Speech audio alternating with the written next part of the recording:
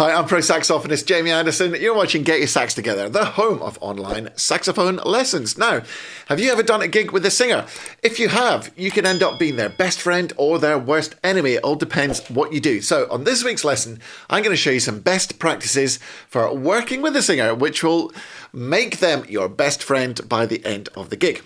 Now, just before we get to that, if you want to improve your saxophone playing all over and spend an entire hour with me where you can learn a whole bunch of stuff, go and check out my free Saxophone Success Masterclass, which is linked right there, or you can click the link in the description. Just put in your email, totally free. Help yourself is my gift to you. I really hope you enjoy it. Okay, on with today's lesson. Now, I've got three main areas to talk about when performing with a singer. So, first of all, let's talk about being sensitive. So, that's the number one rule. Be sensitive. So, what do I mean by this? Okay, three things. Number one, if in doubt, leave it out. If in doubt, leave it out. Say it with me. If in doubt, leave it out. Get that right into your skull before you even start. If you think, should I play something? Don't. Just play something when you're 100% sure that you're going to play it. Number two, don't get in the singer's way. So you need to play in the gaps.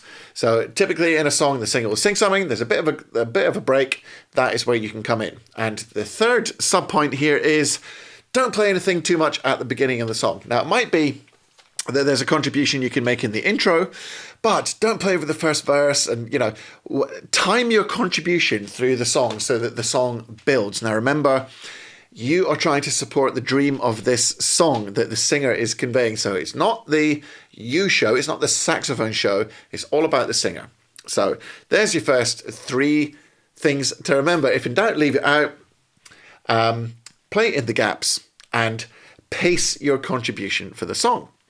Now, I'm going to demonstrate all these things just shortly, but I'm going to outline the rules first. We're going to demonstrate it over a couple of songs, and then I shall flash things up on the screen as I do all these points, and you'll hear it for yourself. Moving on to the second thing, the second area, that is if you're going to play lines while the singer is singing. Now, you could do one of three different things. The first is you could play guide tones, just long notes, thirds and sevenths, or the main line that goes through the harmony. You can play that behind the singer nice and quietly, just plain long notes, like a pad, like a string, like a strings would play a sort of pad behind the song. The second thing that you can do is you can play a repetitive riff. Because the brain tunes out things once it's heard it a few times, you can leverage this effect in your perception. So play a repetitive riff and it will kind of blend into the rhythm of the song, but it won't get in the way of the singer. So that's the second thing you do. And the third thing you can do is, if appropriate, you can harmonize the vocal line. And you have to be a little bit careful about how you do this. First of all, you have to know the song and you have to know what's coming up and you have to play it perfectly in sync with the singer. Play it beneath their level and try and blend with them perfectly. Typical things might be playing it in thirds or harmonizing it a different way, but it's important that you know the song when you do this. So there's your three things in the second area, which is when you're playing behind the singer. Play guide tone lines, play a repetitive riff, or harmonize the top line. And finally, of course, you can you can play a solo. Choose your moment and then come in and make an actual solo contribution when the singer isn't singing. But don't just, don't steam in. Wait to be invited by the singer. Keep your solo nice and short, only like 8 bars, maybe 16. And be very obvious when you finish your solo. So don't just, play over into the first bar of the next section and then drop out. Because then you'll have this awkward section where the singer hasn't come in and you've stopped. So, basic musicianship, make sure that you cue that, you taper off your solo and give your singer a nice non-verbal cue that it's their time to come back in, okay? Be sensitive to the song, try and enhance it. Remember, you're the sprinkle of fairy dust on top of the song. You're not the meat and potatoes of the song. We're trying to show off the singer and we're trying to show off the song. I've got a couple of songs to demonstrate the song. First of all, we've got a ballad. Then we've got something a little bit more gentle and swingy. They're both in a jazz context. And I'm going to talk, if you stay tuned, I'm going to talk a little bit more about playing in a more poppy and rockier context after these two examples. Now, this is a perfect opportunity for me to share a singer who I absolutely love. She's not very well known. She's called Blossom Dearie. So the first thing we're going to demonstrate is a beautiful, beautiful, gorgeous ballad called Manhattan. I'm going to try and use some of the techniques that we've talked about, and hopefully I'll flash them up on the screen as they happen so you can hear what I'm doing. So here's Manhattan by Blossom Dearie. Hope you enjoy it. I'll take Manhattan, the Bronx and Staten Island too.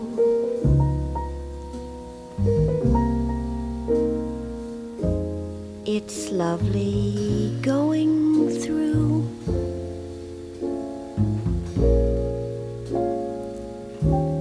the zoo.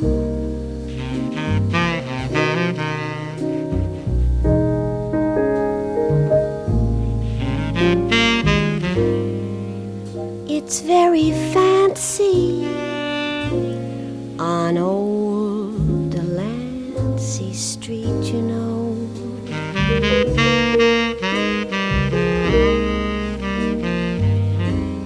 The subway charms us so. When balmy breezes blow to and fro,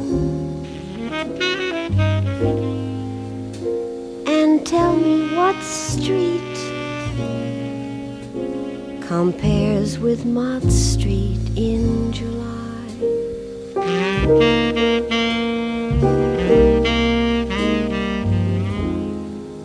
Sweet push carts gently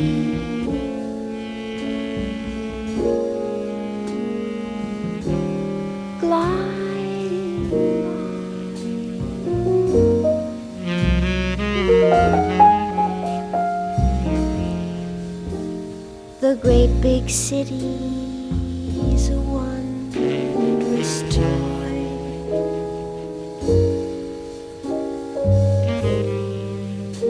Made for a girl and boy.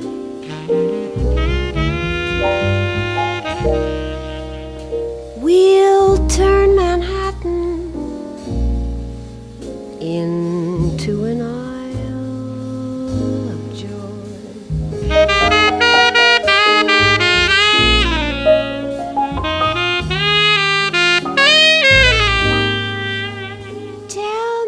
Right, so there's a chorus. Now, at that point in the song, if Blossom hadn't come back in, that felt like a really nice place to come in with the sax solo. We've had, I think we've probably had the whole thing through once, if my calculations are correct. That felt like a nice springboard to do a nice sax solo, and then maybe she comes back in the second half, or the bridge of the song, something like that. So there are some examples of playing on a jazz ballad, very sensitive. Go with the song, go with the singer, and you saw the techniques I used as they came up on screen. So let's now move on to something a little bit more swingy. It's not like a burning song or anything like that. This one is called Little Jazz Bird, also Blossom Dearie, because I just want everyone to start getting into Blossom Dearie because she's so fantastic. Let's give this one a little whirl.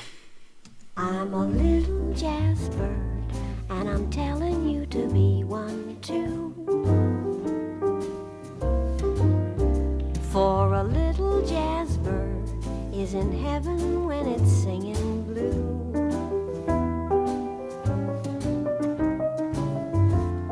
I say it with regret, but you're out of date. You ain't heard nothing yet till you syncopate. When the going is right, you will find your troubles all have flown. If you warble your stuff like the moaning of a saxophone,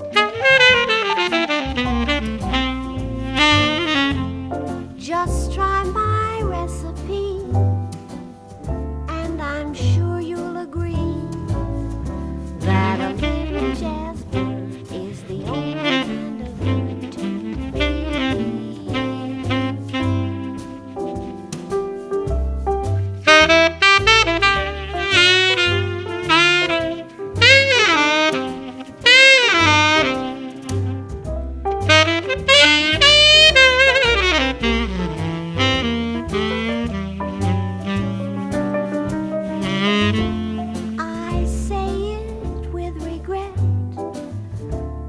but you're out of date.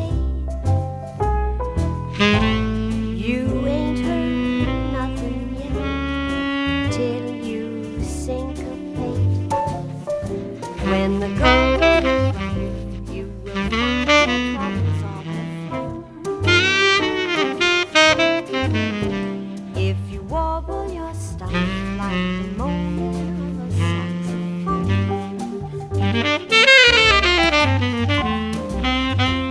just try my recipe, and I'm sure you'll agree that a little jazz beat is the only kind of word to be.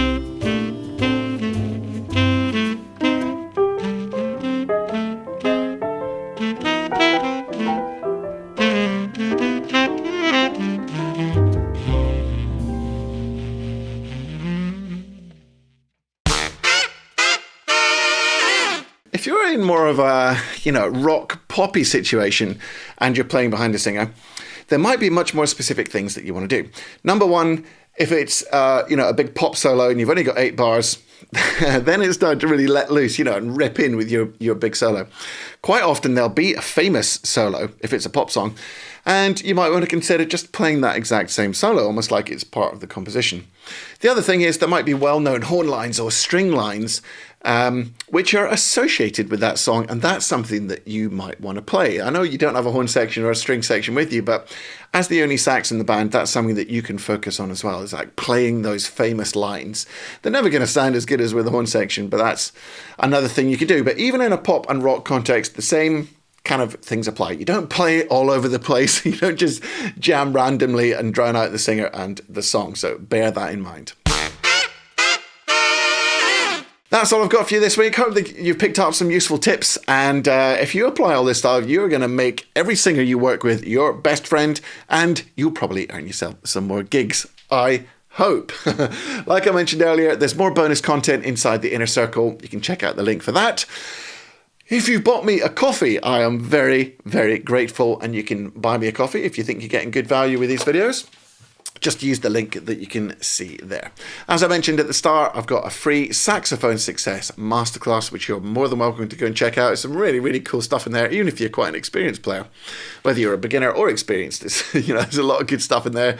You can see the link for the saxophone success masterclass. Alrighty, until next week, make sure you practice hard, practice smart, and enjoy your music. See you later.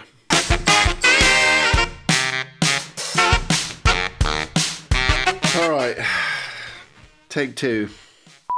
Having just done the entire video, then the sound not working. Nice. Okay.